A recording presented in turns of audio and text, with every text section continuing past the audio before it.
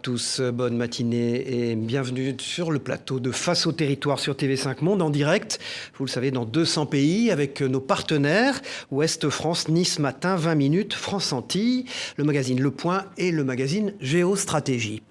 Ce matin, mon invité, c'est Jacques Toubon. Bonjour Jacques Toubon. Bonjour. Vous êtes un ancien garde des Sceaux, ministre de la Culture, défenseur des droits également. Je suis très content de vous avoir ce matin sur ce plateau, car vous êtes un homme d'expérience et nous en avons besoin pour décrypter l'actualité ce matin. Oui, c'est vrai qu'à l'heure actuelle, c'est essentiellement mon expérience, c'est-à-dire mon passé qui est en cause. Alors, l'un de vos collègues au gouvernement, vous avez été ministre ensemble, dans 2 gouvernements successifs d'ailleurs, François Bayrou, tire à boulet rouge sur l'exécutif ce matin. Il tire sur le gouvernement Attal, le refus de François Bayrou d'être ministre met le camp présidentiel sous tension. Vous le connaissez bien, François Bayrou. Qu'est-ce qui s'est passé, Jacques Toubon? Est-ce que c'est un choc de personnalité ou est-ce que c'est un problème d'orientation idéologique, gouvernementale, sur des thématiques, dit-il, qui ne sont plus les siennes?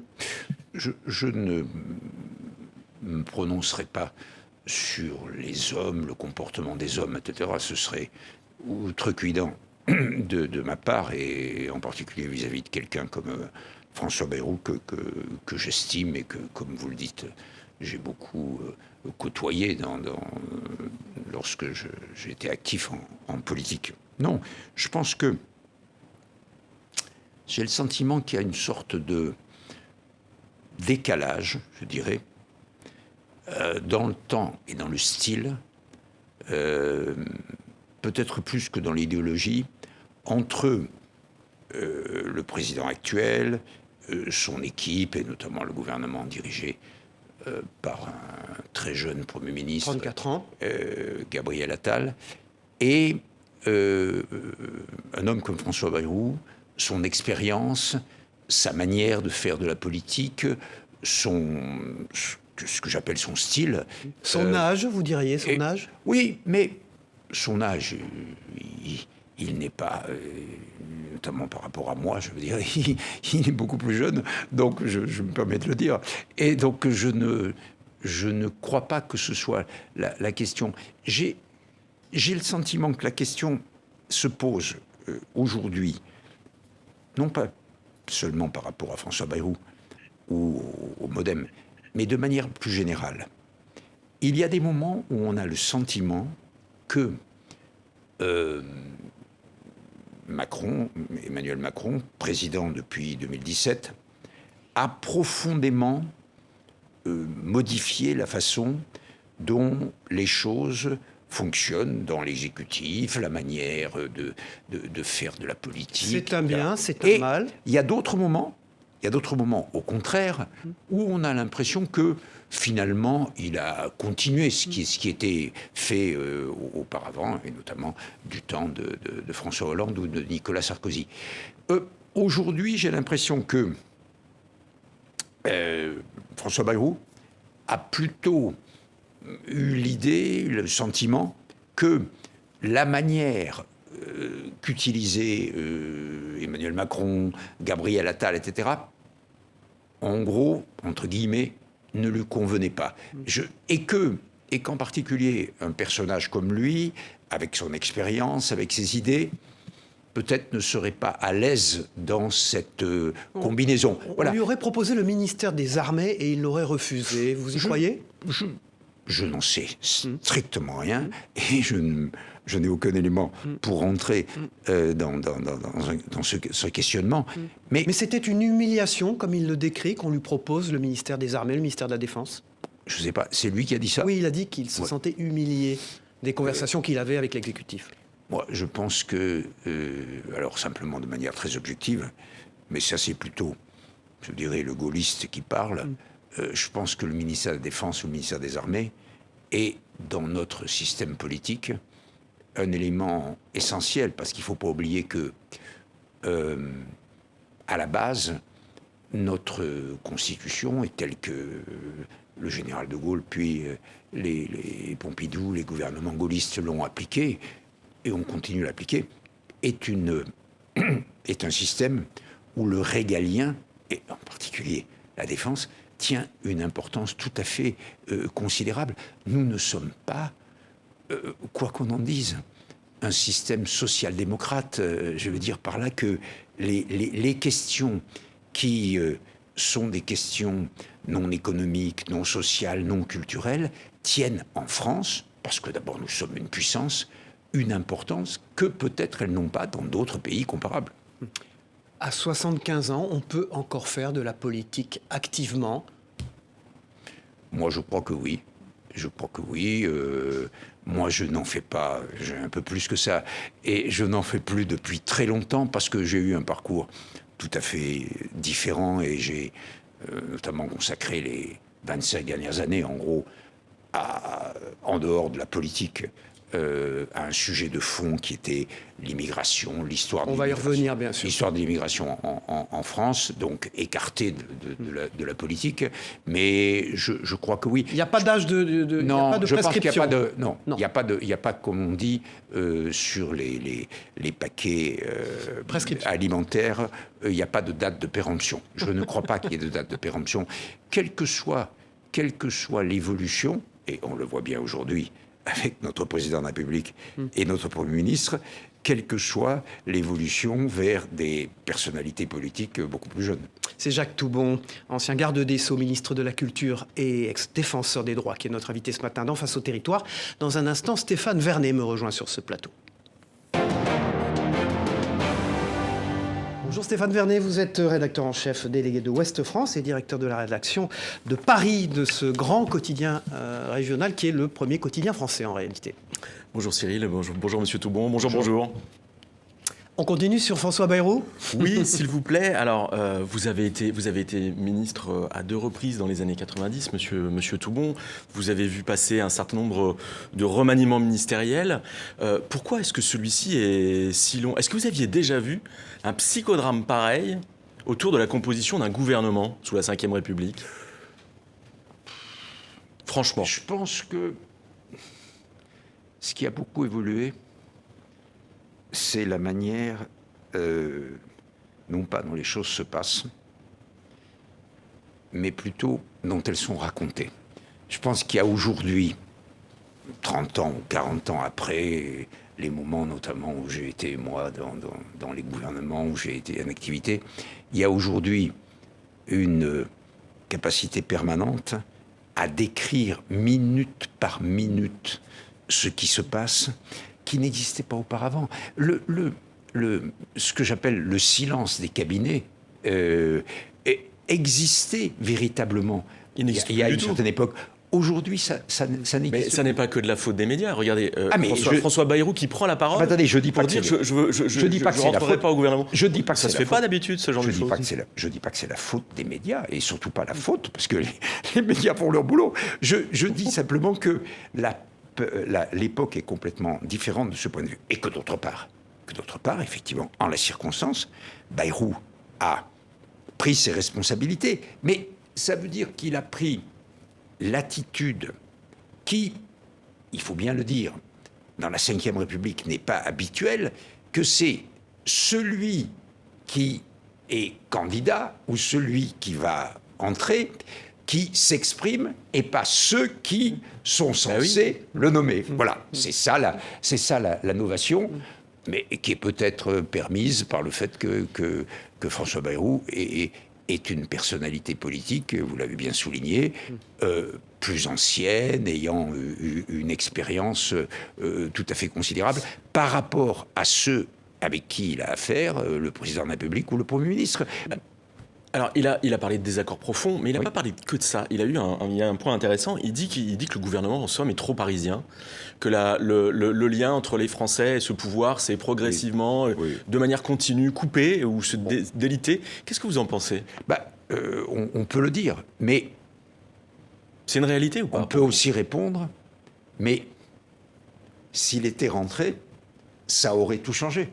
Pourquoi ne le fait-il pas ? Si l'homme de Pau, avec sa surface, le maire était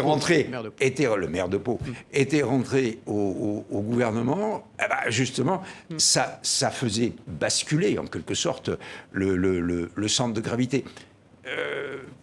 encore une fois, je ne juge pas, je dis simplement objectivement que il aurait eu une place éminente. Est-ce que c'était un bon collègue au gouvernement quand vous étiez ensemble au gouvernement, François Bayrou? Moi, alors je parle sur un plan alors, complètement personnel.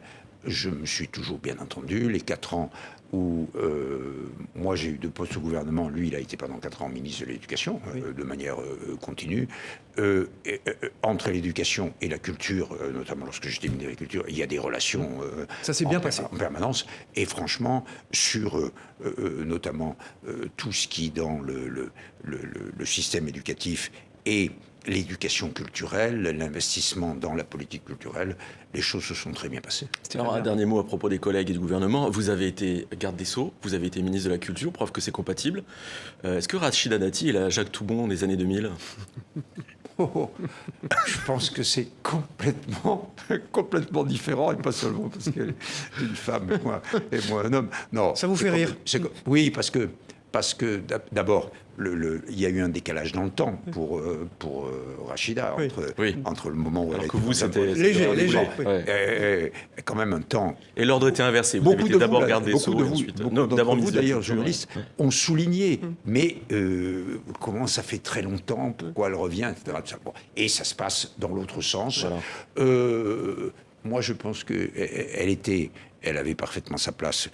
puisqu'elle est magistrate, elle est juriste à la chancellerie, et qu'aujourd'hui, je l'ai dit dès le départ, la semaine dernière, lorsqu'elle a été nommée, je pense qu'elle peut apporter dans la politique culturelle une forme de volonté politique, de force qui est très importante. Vous avez été d'ailleurs en appui de cette nomination. Vous avez tout de suite soutenu. On vous a vu dans Paris Match en photo avec elle.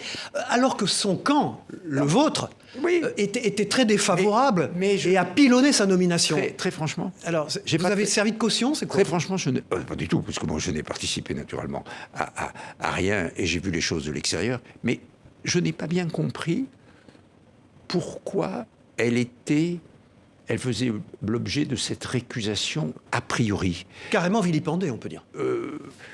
Pourquoi alors que, encore une fois, je crois vraiment dans ses capacités, et dans un poste comme celui-ci, je pense qu'elle peut avoir une sensibilité, mais en même temps une force qui peuvent être utiles. Vous savez, le ministère de la Culture, tout le monde le sait, c'est une invention du général de Gaulle et d'André Malraux. C'est une institution qui n'est pas en elle-même intrinsèquement d'une force considérable. Par exemple, elle a un budget quand même relativement limité, même s'il est assez satisfaisant aujourd'hui. Et le fait qu'une personnalité comme Rachida Dati l'incarne me paraît être très bon pour, globalement, notre politique culturelle et la place de la politique culturelle dans la politique du gouvernement Attal. Voilà. On va parler immigration maintenant, hein, Stéphane Bern. Oui, monsieur Toubon, on vous a vu en tête des manifestations contre la loi immigration en fin d'année. Cette loi a été largement censurée par le Conseil constitutionnel. Est-ce qu'il y a encore des points qui vous posent problème dans ce qu'il en reste? Non, je pense que il y a un certain nombre de dispositions qui constituent un certain nombre de restrictions par rapport à la situation actuelle, mais qui sont, comme on dit, équilibrées, c'est-à-dire qui comportent ce qui est l'expression du Conseil constitutionnel, que je vais essayer de reprendre, une conciliation entre les garanties de la sauvegarde de l'ordre public et la protection des droits et des libertés. Donc je pense que le dispositif actuel, enfin ce qu'il reste dans la loi, me paraît tout à fait convenable, et il n'y a plus cette idée qui était contenue dans les dispositions qui effectivement ont été censurées par le Conseil constitutionnel et que j'avais donc dénoncé, et qui était que on avait le sentiment qu'il y avait sur le territoire 2 catégories de personnes. Des nationaux, par exemple, qui avaient des droits immédiatement, et puis des non-nationaux qui devaient attendre 5 ans, 7 ans, etc. pour avoir ces droits. Voilà. Vous avez dénoncé à ce moment-là une forme de préférence nationale. Vous ne regrettez pas les termes ? C'est comme ça que ça s'appelle. Non. Alors, je vous pose la question. Je vais vous dire pourquoi je ne regrette pas. S'il vous plaît. Parce que, malheureusement, comme j'ai eu l'occasion de le dire, il existe, aussi bien chez ceux qui gouvernent que dans les formations du centre ou de la droite, une tentation de se laisser aller vers des thématiques qui sont celles de l'extrême droite et qui sont ce que vous appelez la préférence nationale. Alors, et c'est pour ça que je dirais que dans la position qui est la mienne aujourd'hui, c'est-à-dire pas de responsabilité politique, ce qui est intéressant, important, c'est d'essayer, au moment opportun, c'est-à-dire avant qu'arrivent les catastrophes, si je veux dire, d'alerter. Et j'ai alerté sur le fait qu'il fallait faire très attention. Alors, le Conseil constitutionnel, ensuite, y a pourvu, mais qu'il fallait faire très attention à ne pas mettre le doigt dans quelque chose qui pourrait comporter, encore une fois, une distinction entre nationaux et étrangers qui n'est pas conforme à nos principes constitutionnels. C'est de ça qu'il s'agit. Moi, je le dis par rapport aux principes fondamentaux du droit. Si j'ose dire, bien sûr, c'est mon opinion, mais on peut en avoir une autre. Alors, non, mais on vous entend, mais en même temps, en utilisant ce terme-là de préférence nationale, est-ce que vous n'allez pas dans le sens de ce qui a permis à Marine Le Pen, juste après la présentation de cette loi, de dire que c'était une victoire idéologique du Rassemblement national et qu'en fait, de dire que finalement, si vous-même vous parlez de préférence nationale dans cette loi, elle peut dire, regardez, nos idées sont en train de triompher. Oui, mais justement, ça participe aussi à cela. Et justement, et moi je dis, c'est ça qu'il ne faut pas faire. C'est évident. Je veux dire, mais reconnaître les choses, c'est pouvoir les combattre. Si vous faites comme s'il ne se passe rien, vous ne pouvez pas, en l'occurrence sur ce texte, le combattre et, en l'occurrence, le Conseil constitutionnel l'annuler. L'ascension de Marine Le Pen, vous la constatez, vous la voyez. Il y a des sondages qui viennent de sortir qui disent qu'elle serait gagnante au second tour de l'élection présidentielle. Est-ce que c'est de la mouche, de la communication, ou pour vous, il y a un vrai risque ? Moi, je pense que les sondages disent aujourd'hui une réalité, c'est-à-dire que face à la division des autres forces politiques, en l'absence de l'émergence d'autres personnalités, on voit bien qu'elle est en position de force, mais on verra. D'ici 2 ans ou 3 ans, ça sera peut-être pas comme ça. La une de Ouest France. On parle de la pollution de l'eau ce matin, notamment des polluants éternels, et des solutions pour dépolluer l'eau potable. Stéphane Vernet, rédacteur en chef, délégué de Ouest France, directeur de la rédaction de Paris. Merci à vous. Armelle Le Goff, Jacques Toubon, qui est directrice adjointe de la rédaction du Point, notre partenaire, a une question à vous poser depuis la rédaction du Point à Paris. On l'écoute. Jacques Toubon, bonjour. Le département de l'Ain a annoncé en décembre dernier qu'il suspendait pour 3 mois l'accueil des mineurs isolés qui grèvent ses finances. Car depuis 2013, les départements français ont la charge de l'accueil, de l'hébergement de ces publics de jeunes mineurs venus de l'étranger. Que pensez-vous de cette décision prise par le département de l'Ain, mais plus globalement, que pensez-vous de la prise en charge de ces publics par les pouvoirs publics en France ? Je pense de manière très très simple que une collectivité territoriale ne peut pas, quelle que soit l'organisation actuellement de la décentralisation, échapper à une obligation légale, mais c'est pas ça la question.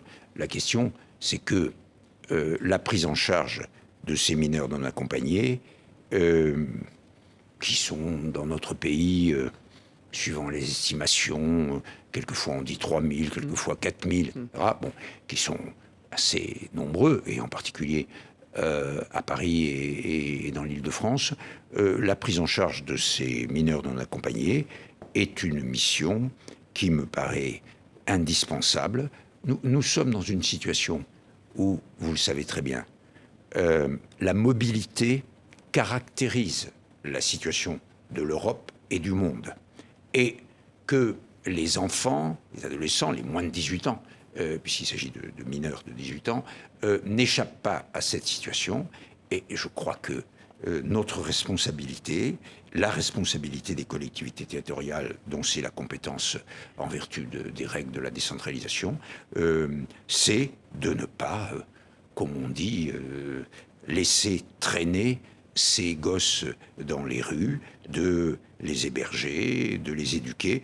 Je crois que nous avons là une mission qui ne peut pas être rejetée pour des raisons politiques, pour des raisons idéologiques. C'est une situation sociale, c'est une situation éducative. La collectivité territoriale ou l'État ont le devoir d'y faire face. Ou alors, qu'est-ce que c'est la France ? Je veux dire, nous accepterions à ce moment-là de ne plus être ce qu'est notre pays. Jacques Toubon est notre invité, l'ancien garde des Sceaux, ministre de la Culture, défenseur des droits. J'accueille sur ce plateau Floréal Hernandez, bonjour, rédacteur en chef de 20 minutes. Dans un instant, nous allons bien sûr co-interviewer Jacques Toubon ensemble, mais nous allons nous rendre du côté des Antilles, de nos partenaires de France Antilles, dans Face au territoire. Cyril Boutier, qui est le directeur éditorial de France Antilles, a une question à vous poser depuis Fort-de-France. Jacques Toubon, on l'écoute. Bonjour Jacques Toubon. Pendant 6 ans, vous avez été le défenseur des droits. Pouvez-vous dresser un bilan rapide des saisines des Antillo-Guyanais en matière à la fois d'inégalité ou de discrimination ? Je n'ai pas suffisamment en tête le souvenir précis de cette situation, mais je dirais que les citoyens et les personnes, de manière générale, vivant outre-mer, et en particulier dans nos départements d'Amérique, ont saisi le défenseur des droits, je dirais dans des proportions qui me paraissent normales, ni plus ni moins. Ça montre d'ailleurs une sorte, ce que j'ai toujours dit, que la départementalisation donne à ces territoires une situation qui, notamment sur le plan juridique, se rapproche bien entendu de la situation de la métropole, et que les questions qui étaient soulevées étaient bien entendu essentiellement des questions de discrimination, qui sont celles que, quand j'ai été défenseur des droits, qui m'ont le plus mobilisé, parce que les rapports avec les services publics, c'est relativement simple, mais en revanche, quand il s'agit de déterminer s'il y a ou pas discrimination, c'est beaucoup plus difficile. Floréal Hernandez, rédacteur en chef de 20 minutes. Bonjour Cyril, bonjour Jacques Toubon. On va revenir à l'actualité du jour, et là je parle à l'ancien ministre de la Culture. Ce matin, Julie Godrèche a accusé Jacques Doyon d'abus sexuels. Elle a porté plainte contre Benoît Jacot pour viol avec violence sur mineur de moins de 15 ans. Il y a aussi l'affaire Depardieu. Il y a des plaintes, en tout cas des témoignages contre le psychanalyste Miller. Comment, en tant qu'ancien ministre de la Culture, vous réagissez à toutes ces affaires qui sont dans le monde des médias et de la culture ? Je réagis mal, parce que c'est une situation et une image que je trouve détestable. Et je ne réagis pas du tout, parce qu'à partir du moment où la justice est en cause, à partir du moment où il y a des plaintes, à partir du moment où certaines instances sont engagées, je n'ai strictement aucun commentaire à faire.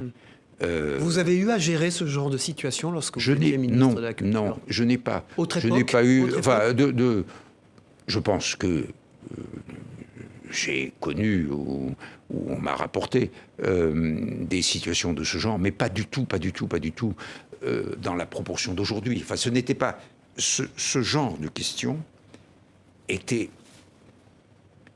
Certains disent, c'était mieux comme ça. D'autres, au contraire, disent que la transparence d'aujourd'hui est positive.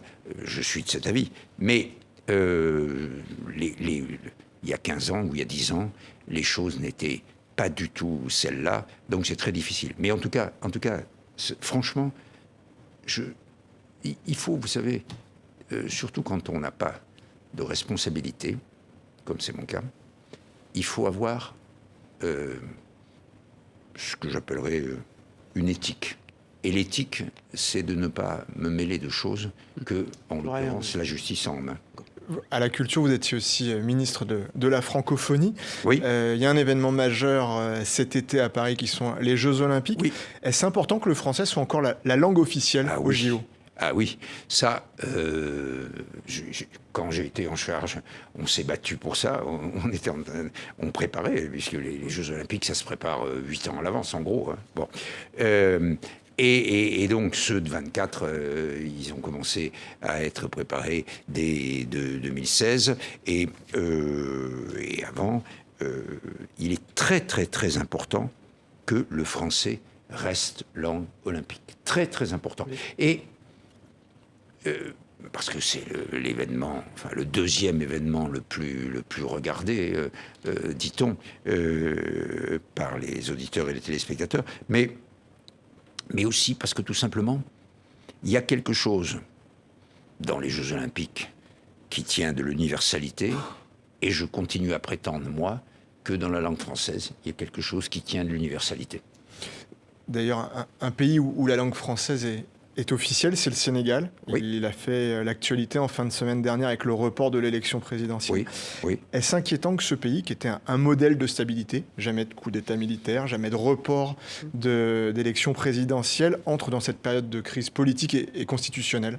C'est difficile de se prononcer de l'extérieur et d'intervenir dans les affaires sénégalaises. Il est clair que ce qu'on a constaté aujourd'hui, je résume, c'est que d'une situation d'accord entre le président Macky Sall et le Premier ministre Amadou Ba, on est passé en quelques semaines, quelques jours, à une situation de désaccord. Et tout le reste, tout ce qu'on dit depuis 2 ou 3 jours, tourne autour de ça.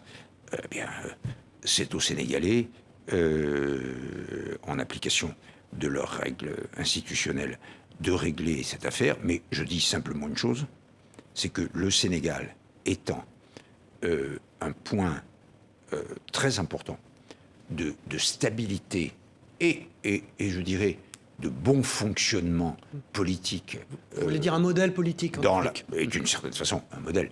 Dans l'Afrique francophone, il est extrêmement important que dans les quelques mois qui viennent, cette crise soit réglée. Et comment continuer à avoir des relations avec le Sénégal quand on sait que la France, l'UE ou les États-Unis ont regretté la situation actuelle, ce report des élections présidentielles ? Oui.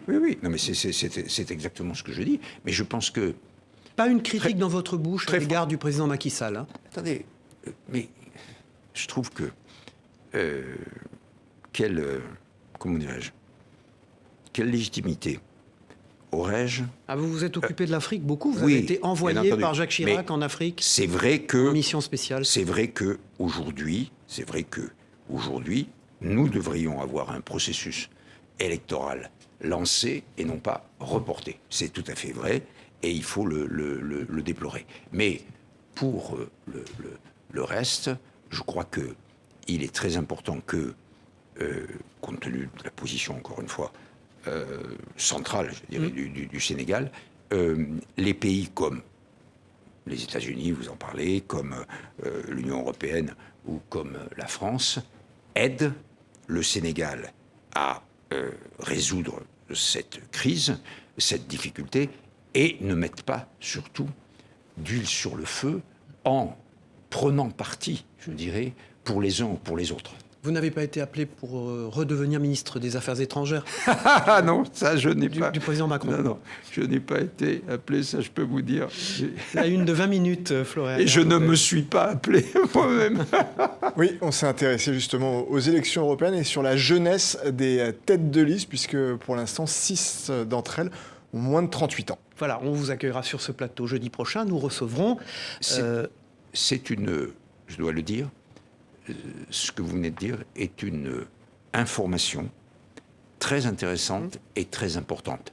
Je pense que l'Union européenne, contrairement à ce que beaucoup de personnes disent, les 27, les 28 vont se désagréger, etc.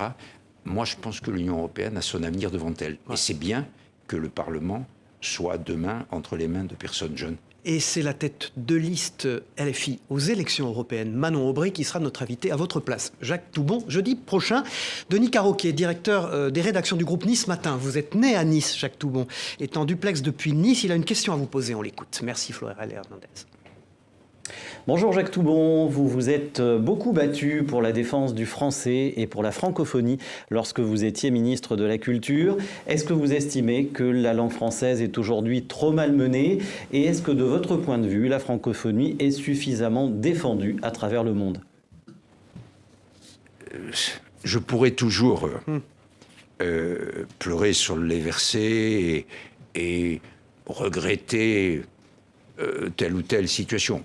Moi, je pense que notre pays, aujourd'hui, à tous les niveaux, y compris le plus haut, fait des efforts indiscutablement, mais, je le dis très franchement, et comme je le pense, en toute indépendance, je crois que quand nos dirigeants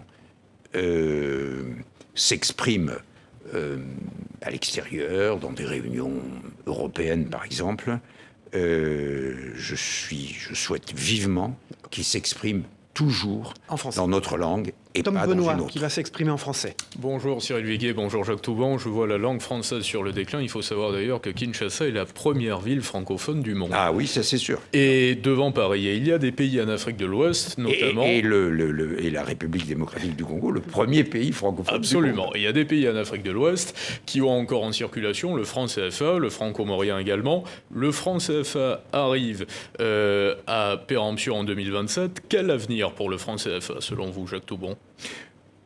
Je ne suis pas un grand spécialiste des questions monétaires, mais mon appréciation est la suivante.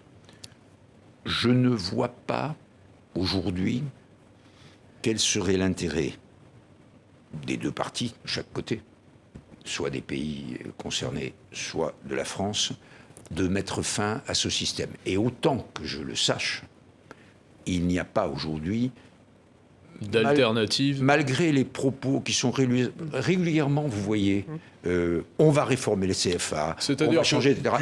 Du côté africain, ça relève plutôt de l'insurrection et de la volonté d'indépendance, et de balayer définitivement le passé colonialiste, pour ainsi dire. Et du côté français, ça pourrait relever de la volonté de se désolidariser et de ne plus avoir à assumer. Et de se décharger. Vous voulez dire. De ne plus avoir effectivement à assumer. Et de se décharger. Il y a une sorte de protection qui est assurée par la monnaie française dans ce système. C'est-à-dire qu'avec nos euros français, nous garantissons le taux de change du franc CFA. Moi, je suis, honnêtement, je suis pour le statu quo dans cette affaire.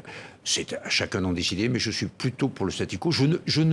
Autrement dit, je ne vois pas les inconvénients, sauf entre guillemets, idéologique que présente la situation actuelle. Vous avez été député européen, Jacques Toubon, il y a quelques années, plus d'une quinzaine d'années. Est-ce que le système européen a considérablement changé ?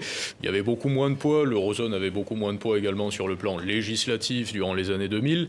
Est-ce que vous percevez une différence majeure dans le poids législatif de l'Union européenne ? Il y a deux différences majeures. La première, c'est que nous sommes aujourd'hui près de 30, qu'on envisage encore d'aller beaucoup plus loin, et que ça implique un fonctionnement institutionnel très différent. C'est évident que moi j'ai vécu C'était mieux avant l'Europe à 6. C'était mieux avant et j'ai été là quand on est passé de 6 à 9, puis de 9. C'était mieux avant. C'est intéressant parce que c'était déjà l'Europe. C'est-à-dire que l'Europe à 6, c'était déjà l'Europe. Mais bien entendu, et c'était le noyau d'ailleurs de l'Europe.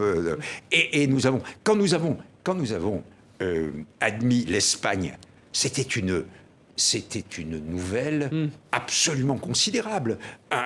Un pays qui venait d'une dictature qui était avec une économie plus faible. Une économie plus faible, d'une autre civilisation, en quelque sorte, beaucoup plus tournée vers l'Atlantique, l'Amérique. Bon, donc, on ne se rend pas compte aujourd'hui, alors que l'Espagne est un des piliers de l'Union européenne. Mais donc, y compris sur le plan économique, puisque lorsqu'on parlait des pays du Sud, pour ainsi dire, de l'Europe il y a quelques années, pays qui ont des économies qui reposent principalement sur le tourisme. On avait tendance à sourire en disant, mais le tourisme, ça ne fait pas l'économie. Et aujourd'hui, ce sont les pays, Grèce, Espagne, Portugal, qui ont la plus forte croissance. On le voit aujourd'hui. Et l'Allemagne est en récession. On parlait de la Grèce aujourd'hui pour des raisons politiques d'ailleurs, bon, mais sa situation économique est particulièrement favorable. Donc je dirais que moi j'ai vécu cet élargissement et je dirais que l'Union européenne élargie a naturellement des problèmes de fonctionnement, mais je pense que l'événement essentiel dans tout ça, c'est l'union monétaire et la monnaie unique. Nous sommes tout de même la première puissance économique et monétaire, il faut le dire. C'est-à-dire qu'en réserve de change, c'est le dollar qui est la première puissance. Oui. Et en termes de transactions, c'est le dollar également qui est la première puissance. Oui. Nous sommes 3 fois inférieurs environ. Parce que le dollar roi règne aux Philippines ou dans d'autres pays de ce genre. D'Afrique également d'ailleurs. Mais franchement, je ne suis pas chauvin, mais je crois vraiment qu'on peut dire que l'Union économique monétaire européenne est aujourd'hui... 2 minutes. Et donc une réussite selon vous. Et c'est une réussite. Je voudrais aborder la question absolument budgétaire. Emmanuel Macron s'est exprimé à Davos assez récemment en laissant présager la création d'eurobonds. C'est-à-dire, pour l'exprimer très clairement, pour nos téléspectateurs, la mutualisation des dettes, les eurobonds. Chose à laquelle les Allemands se sont toujours farouchement opposés, parce que naturellement ils ont des taux d'intérêt qui leur sont beaucoup plus favorables. 2 minutes. Est-ce que c'est quelque chose que l'on peut clairement envisager, les eurobonds ? Je crois que c'est une bonne idée. Ouais. 2, les Allemands l'accepteront. Je ne vois pas à court terme la divergence entre l'Allemagne et la France se résoudre. Entre l'Allemagne et l'Italie. Donc, troisièmement, et l'Allemagne et l'Italie. Donc, je ne vois pas les eurobonds se faire à court terme. Donc ça peut être une bonne idée. La une de géostratégie, Tom Benoît. Donc la une de géostratégie, Israël-Palestine, le choc des civilisations, beaucoup d'expertise économique également sur une crise immobilière chinoise, et on peut le dire, une bulle immobilière mondiale et une bulle financière qui est apparue dans l'immobilier, qui éclate dans l'immobilier. Ce que vous dites sur la bulle immobilière, Evergrande et tout ça, est une chose qu'on raconte un peu aujourd'hui en Europe comme une sorte de fait divers. Ça peut avoir des conséquences très considérables. Merci Tom Benoît, directeur de la rédaction du magazine Géostratégie des éditions Robert Laffont, et c'est un trimestriel. Absolument. Jacques Toubon, vous regrettez la politique active. Vous auriez aimé continuer, par exemple, être ministre aujourd'hui. Est-ce qu'il y a un grand manque dans votre vie aujourd'hui ? Alors, premièrement, il n'y a pas un grand manque. On dit souvent des politiques qui n'arrivent jamais à décrocher. Premièrement, jamais. Il n'y a pas un grand manque dans ma vie.